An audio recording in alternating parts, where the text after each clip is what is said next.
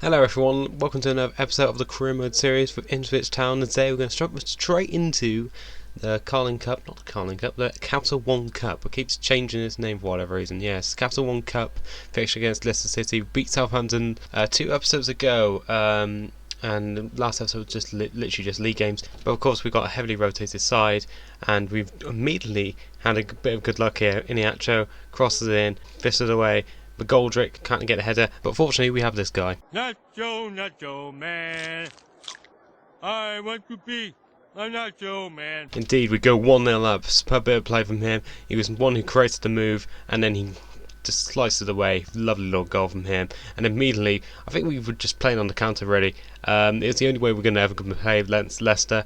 We weren't going to be all guns blazing, and considering this was also a very heavily rotated side, we had to just play it nice and simple, not be too adventurous, be cautious and calm, and just basically let Leicester have a load of attacks at us really. And they did. They had plenty of chances to go get the equaliser. Fortunately, we had a counter.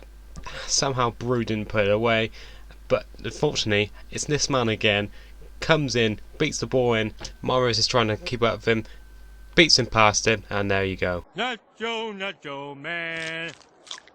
I want to be a Nacho, man. And that's becoming a very typical Iniacho goal from him actually. I mean, it's just how he just turns the defender and then he plays a simple curling shot into the far corner. It's just so simple from him, and it's why I really want to buy him at the end of the season. I believe his transfer worth is like 1.1 million. He's not going to cost too much on wages, so it should be a very fantastic buy for us next season, whether we're in the Championship or in the Premier League next season. But Leicester did attack a lot more, and they were lucky to get their first goal in the game. Berra, I think, was trying to hold off the player, so the ball just trickled out. Fortunately, he didn't do anything about it, and he just literally just let the Leicester striker just waltz in and basically just pop it away. Really frustrating. And this was another moment I thought we were actually going to concede. How everyone kept slipping up and how we were just not able to get the ball away. I thought, yeah, that's it. We're going to concede. But we did have plenty of chances afterwards. Not so much in the second half. Salamander's shot there unfortunately went straight to the goalkeeper, and that was literally the only chance we had. But unfortunately, we couldn't get that third, and instead we conceded. Same man again. That bloke from, I can't remember where they signed him from, but yeah, they signed him, and that was it. Straight to extra time, we cocked up a 2-goal lead, and we somehow are now in extra time. But we did have 1 or 2 chances. I mean, Dal Murphy's cross in there to Lazaro, fortunately went over the bar. We did have to defend a lot more as well. So I was just thinking, let's just defend until penalties and try and nick it again on penalties. Unfortunately, we couldn't. Because Leicester did show their worth. Salamando should have really just bumped that way instead. It went to Nathan Dyer, the man who was basically 4 foot, and he managed to head it in. And we couldn't manage to come back at all. We tried to get a chance away, but immediately every chance went to Leicester City.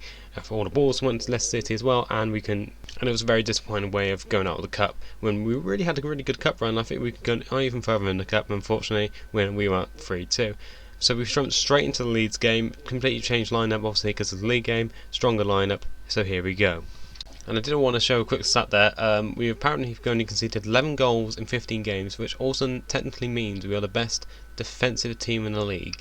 I found that quite a shock considering some of the goals we've conceded were a bit dodgy and we could have easily avoided, but considering my defensive style as well, I mean I literally just more intercept and encounter, or I don't like attacking too much on this game because it does feel like sometimes I tackle a bit too heavy and I somehow either concede a penalty or get a dodgy free kick against me. So there you go. Anyway, we're going to continue with the game.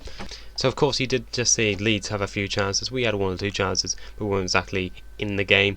Tommy All had a shot saved, nice kind of shot saved, and then Lazaro from a resulting corner with a thumping volley. Dal Murphy, instead of trying to head it or actually shooting at the goal, he decides to cross in and he gets headed away. I think it's at that point, I think it was like it's going to be one of those bullshit games where my strikers weren't going to really be paying attention to where the goal is, or we were going to concede a really jammy goal.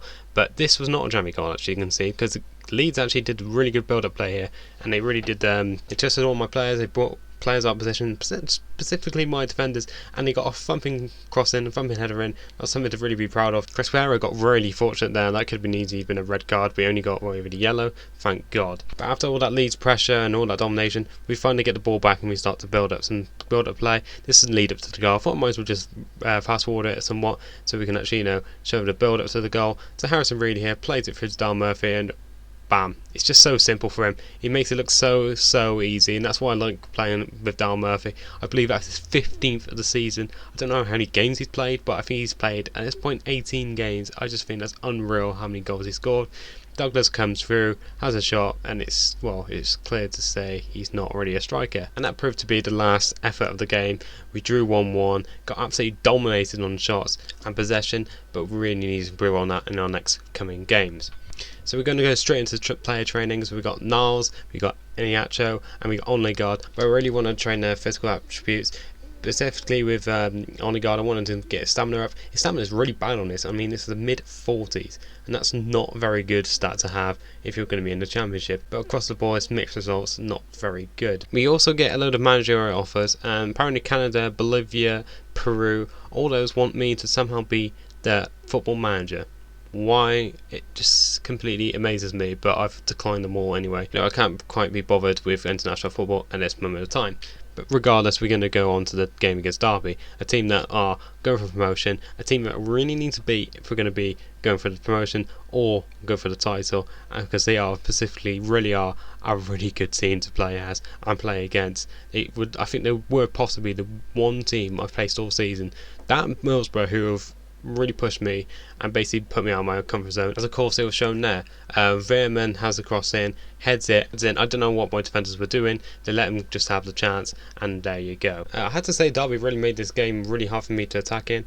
Every attack I seemed to have in the final third, it seemed like they had 5 or 6 men at the back just to defend every ball I had, just basically intercept and then counter and then put it away. And I was getting really frustrated, and I started putting in really silly tackles. I mean, Barra there, I mean, bloody hell, very much cut his leg off there, how slicing that was.